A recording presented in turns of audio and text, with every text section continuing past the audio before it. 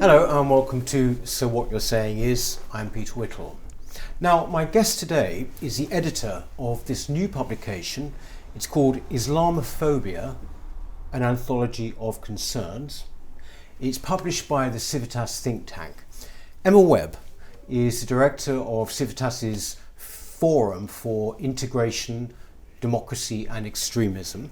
She has tended in her work to concentrate on Islamist extremism and how it works, particularly in the public sphere. And she's written for many publications, such as The Times, Telegraph and Spectator. Very good. Thanks for coming on, Emma. Thank you for having me. Can we start? This is a response, this report, this collection of essays, it's a response to what exactly? So in November 2018, the APPG on British Muslims released a report that was the result of all of their evidence collection to try to define Islamophobia as a working definition that they were proposing get adopted by particular bodies and by the government nationally as a means of trying to deal with Islamophobia, or what most people would say should be anti-Muslim hatred.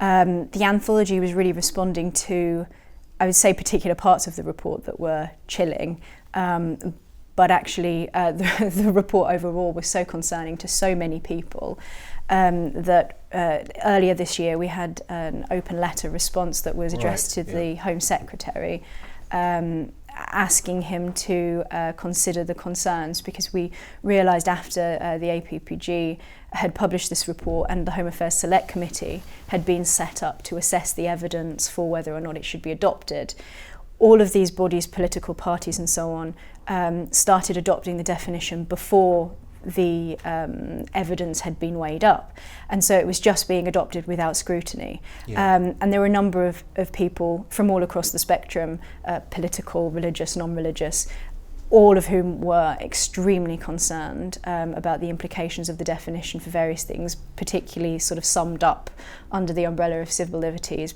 free speech and so on.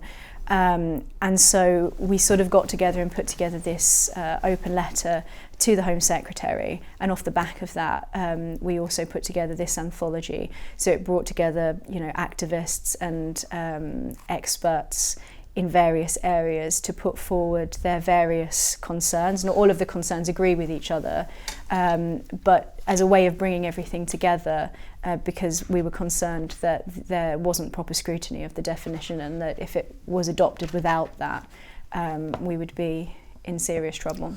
Well, before we look at that definition, I'm going to have a look here at some of the people. It is very wide. We've got Peter Tatchell, we have the Dr. Rami Hassan, David Green, Hardeep Singh.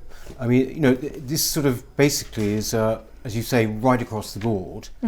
Can we start actually, Emma, by, because people maybe not familiar with it, what is the definition that the All-Party Group came up with? So how does it sound? I can read out the definition, because I think their own words are more chilling than mine ever could be.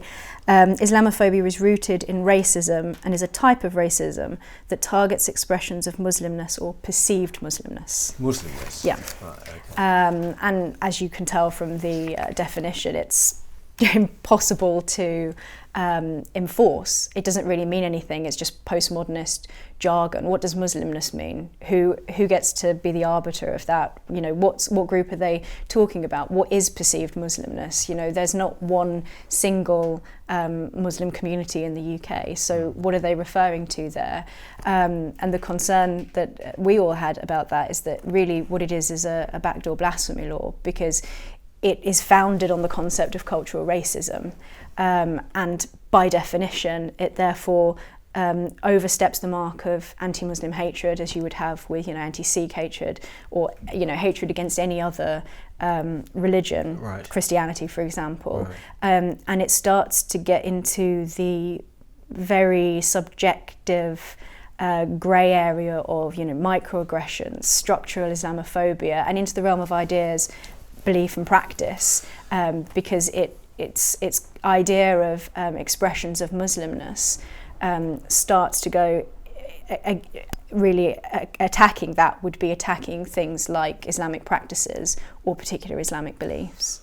with the definition, you mentioned at the beginning there that without scrutiny, some people had taken. Well, I happen to know that's true. I think of the Mayor of London, for example. I think he accepted the definition. Isn't that right? But I believe. But in terms of the government, they actually rejected it, didn't they?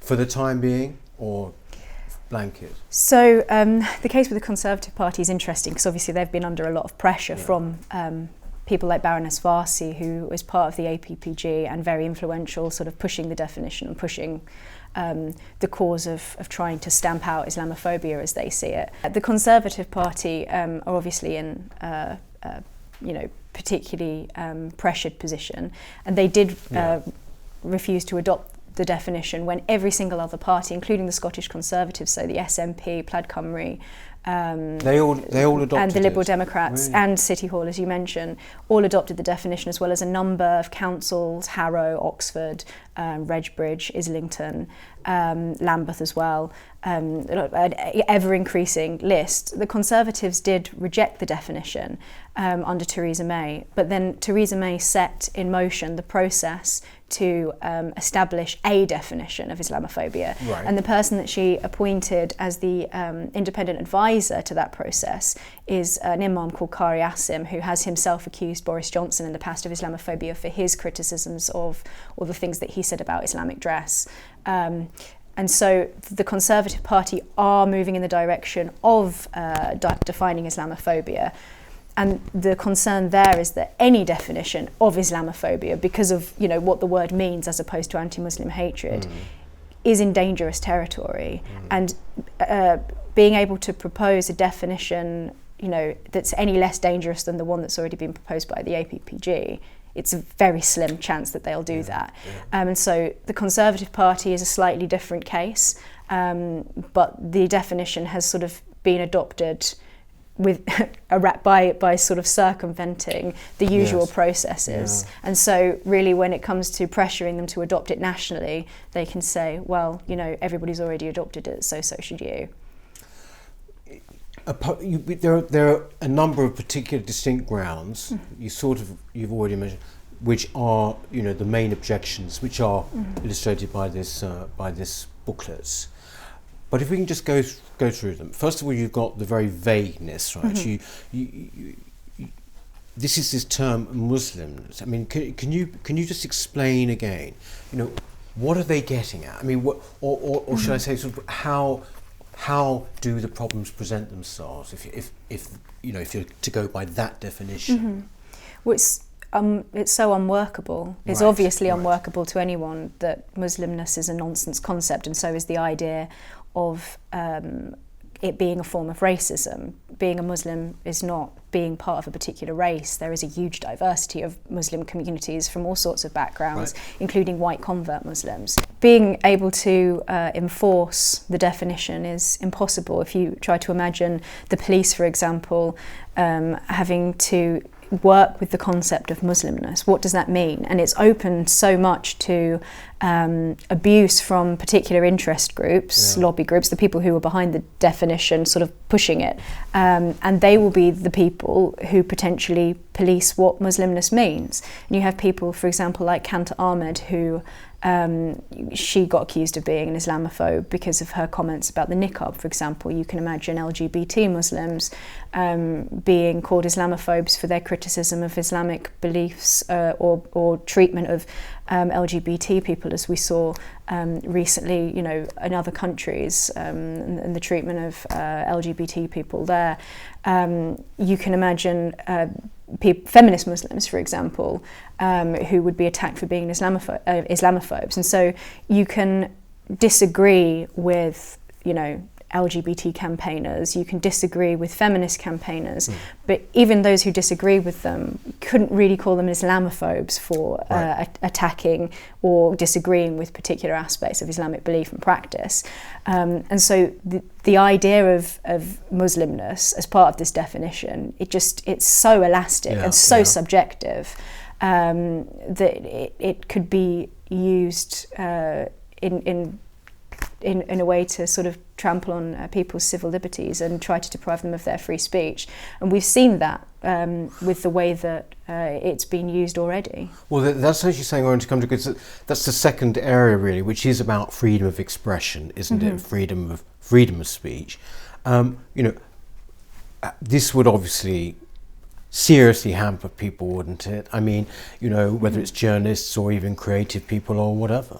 Yeah, I mean, we've seen the way that it has been used in the debate in December last year when Baroness Farsi was talking about the definition itself, and she used Andrew Gilligan as an example. Now, Andrew Gilligan is a journalist who does investigative work into Islamism, and so the concern is actually this doesn't protect Muslims any more than the current law protects them. What it does is it protects Islamists from scrutiny, and people who have been criticised, like Dominic Kennedy, for example, for his work investigating Islamism, people like Peter Clark for looking at the Trojan Horse affair, people like Sarah Champion for looking at issues to do with Rotherham. And the list just goes on and on. Louise Casey, Sarah Khan, the Counter-Extremism Commissioner, Muslims like, for example, Majid Nawaz, who work on counter-extremism. And all of these people have been attacked for being Islamophobes in the past.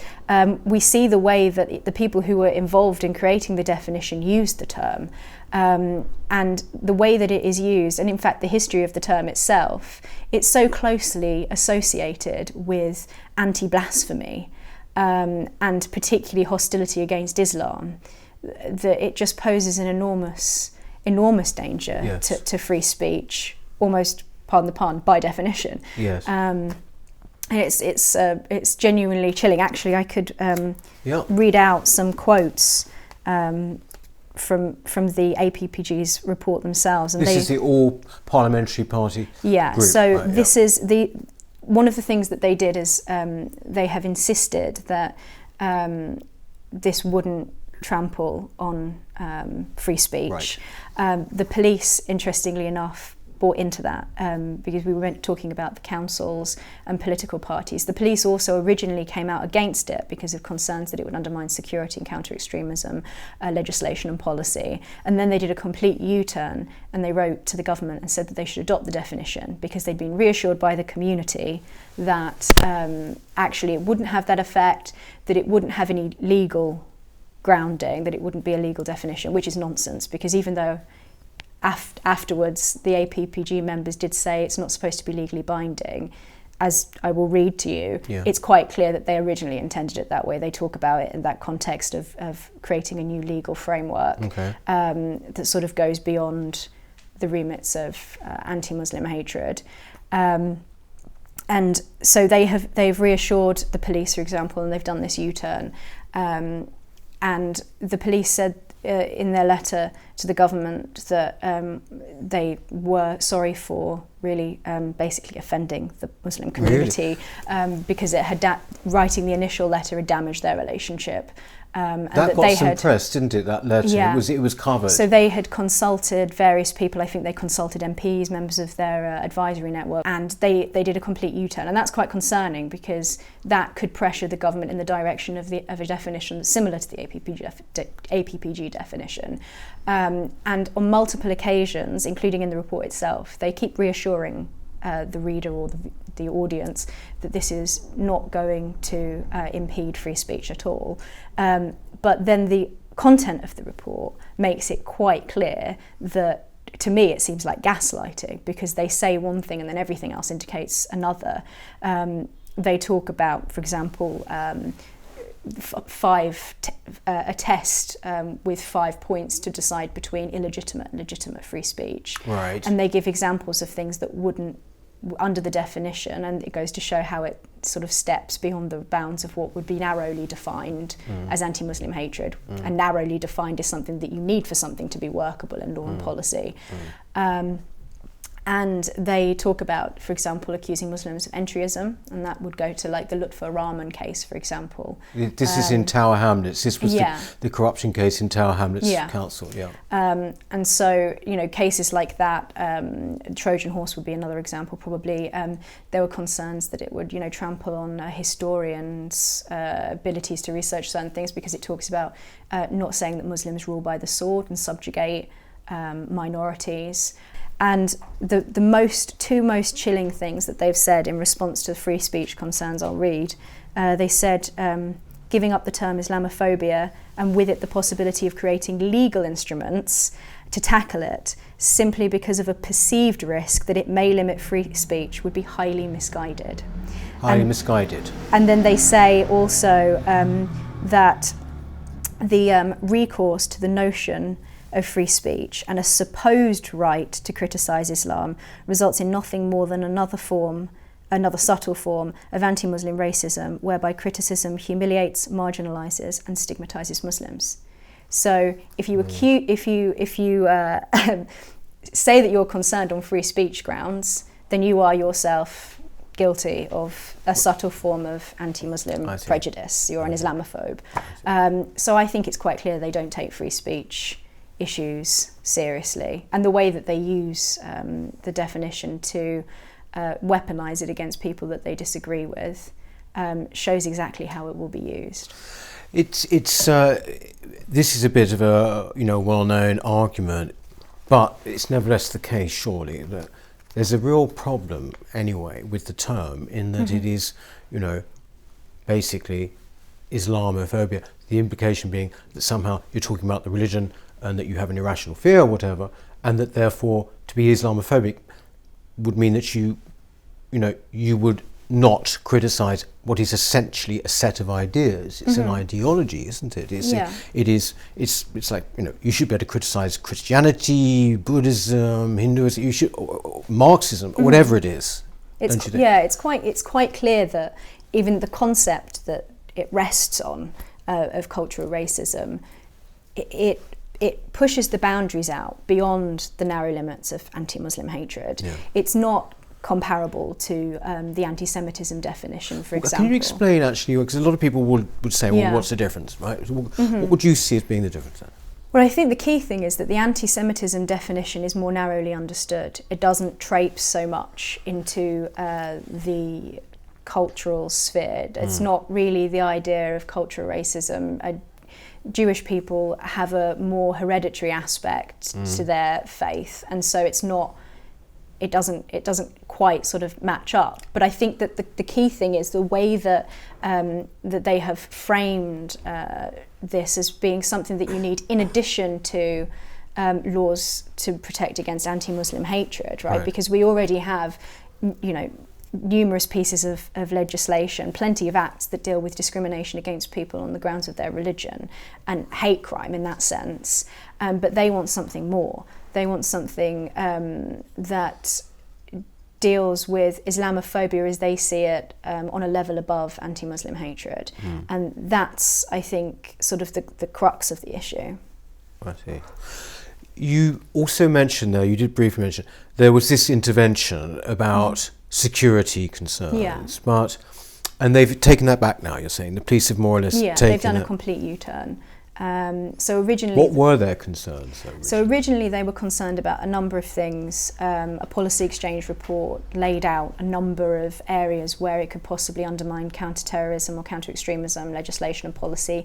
Things like, as we saw with the case of Begum, the potential of accusations of Islamophobia against when stripping the citizenship of returning foreign fighters, issues to do with stop and search, issues to do with the prescription of particular organisations like Al-Muhajirun, for example. You can imagine you'd end up with the judiciary, the Ministry of Justice, the prison service, prevent time and time again from the same people who were involved in heavily involved in submitting evidence to and actually involved in the process of putting the report together, are from groups that have called the government's counter-extremism policies, time and time again, they've called them Islamophobic. But it's also on the integration side of things as well. So, people like Amanda Spielman from Ofsted have been accused of being an Islamophobe because of the case with, for example, the hijabs in St. Stephen's school, and that was a case. Can you tell us about that? What that was again? So that was a case where the school had banned hijabs for little girls under a certain age because of concerns that it is sexualising because of what the hijab means. It's really. not usually necessary, is it, for girls below puberty. And so they banned the hijab, and then they also did a U-turn and withdrew the ban because of pressure. And the Ofsted have been called Islamophobic because of that. This is the same with Dame Louise Casey, who did the report on integration, and she made a very good point about the fact that ideologies sometimes stop people from integrating. She mentioned particularly the Diabandi ideology.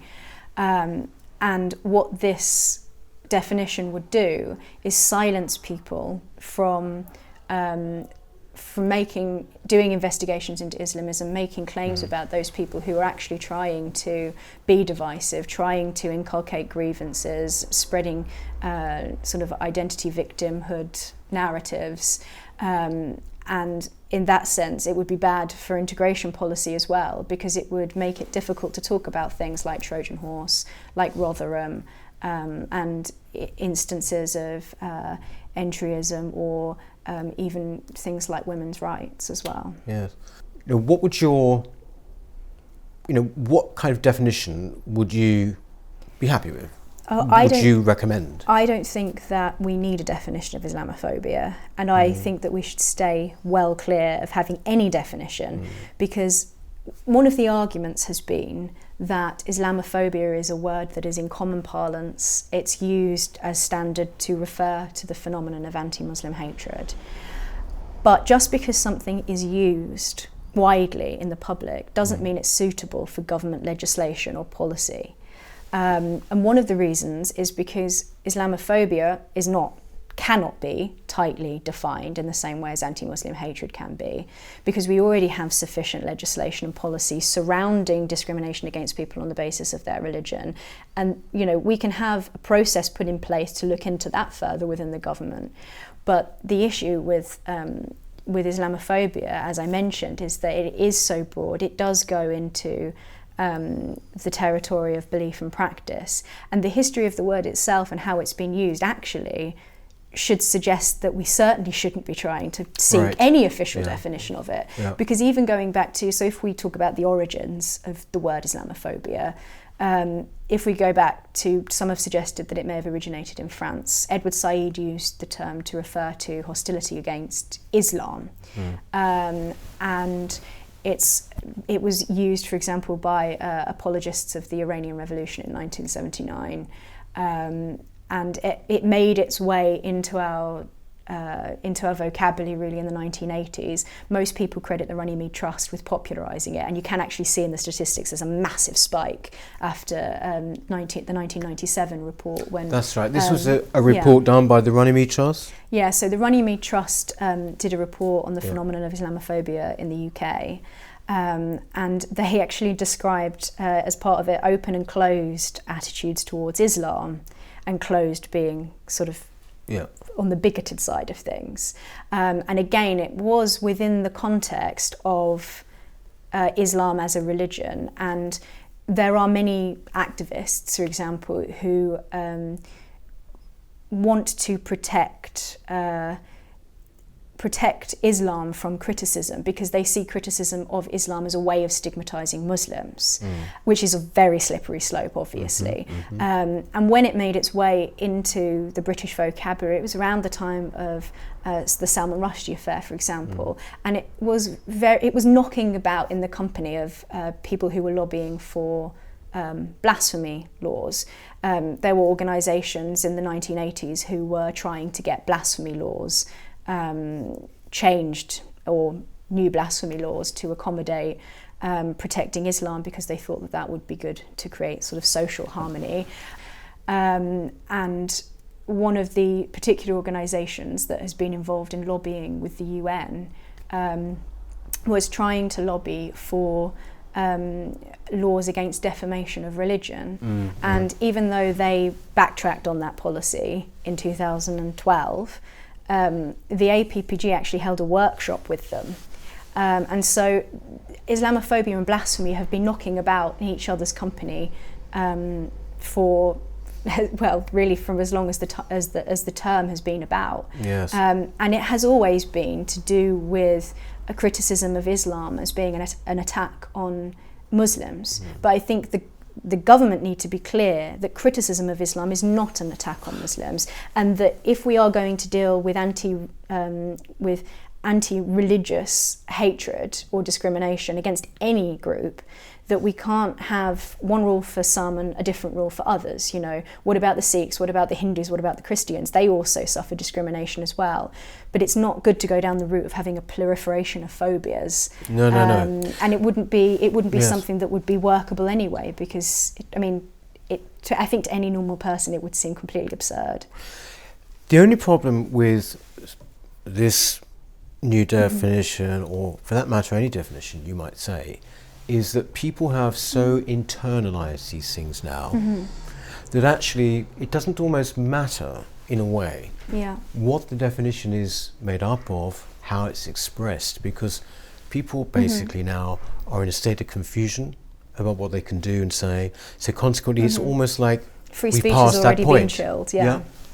I mean, so Yeah. if you talked, for example, about Salman Rushdie, that was 1990, 91. And it's still very much in our consciousness. And it's still very much to the extent that I can't imagine that book, for example, being written today. Yeah, I mean, there are so many examples of, Charlie Hebdo is an example, the Danish cartoon affair, where the accusation of Islamophobia is actually extremely dangerous, because it does get taken in some cases, as we saw with Charlie Hebdo, as an excuse to attack people. And that has played a role not just in our consciousness, but in across Europe, that people self-censor.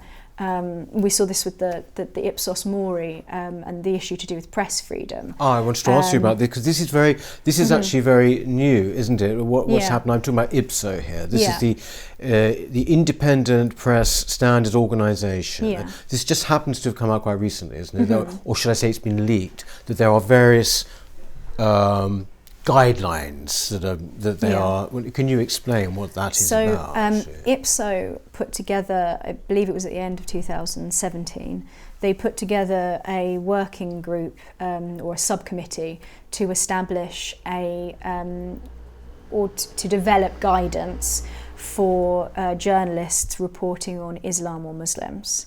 And again, as with the definition, they had this sort of very elastic advice to be sensitive to the community, to not... what does that actually mean in the end? Exactly. I mean, it's so subjective. And they want journalists to be careful not to be sowing tension within communities, and to be mindful of the consequences of their reporting, for example, in resulting in the harassment of particular communities. And so basically their advice to journalists will lead to them tiptoeing around the issue of Islam and reporting on Islam. And with the cases of Lutfur Rahman and the issue in Tower Hamlets with the electoral fraud, with Rotherham, with the Trojan Horse affair, on those and many other instances, people have been too afraid because of accusations of racism or Islamophobia to come forward. It was very difficult for people like Andrew Norfolk, I imagine, also someone who's been accused of Islamophobia, to actually report on these issues. And so what the press have done, and I believe it was Trevor Phillips described it as a form of media apartheid, because it's one rule for the Muslim community and another for everyone else. This is Trevor Phillips saying this as well, by the way. And so what they're really doing is giving advice to journalists that has the effect of making people tentative to report on issues to do with Islam and Muslims, because it's sort of moved on into the territory of activism, political activism. And there are all sorts of issues around this that, very detailed stuff that is, out there, and people can find it themselves and make their own judgment. But the point is that IPSO had been issuing this particular guidance that would have basically a chilling effect on reporting on issues to do with Islam. And it gives the impression that journalists have somehow a responsibility if, harassment occurs as a result. It's very important what you've been doing.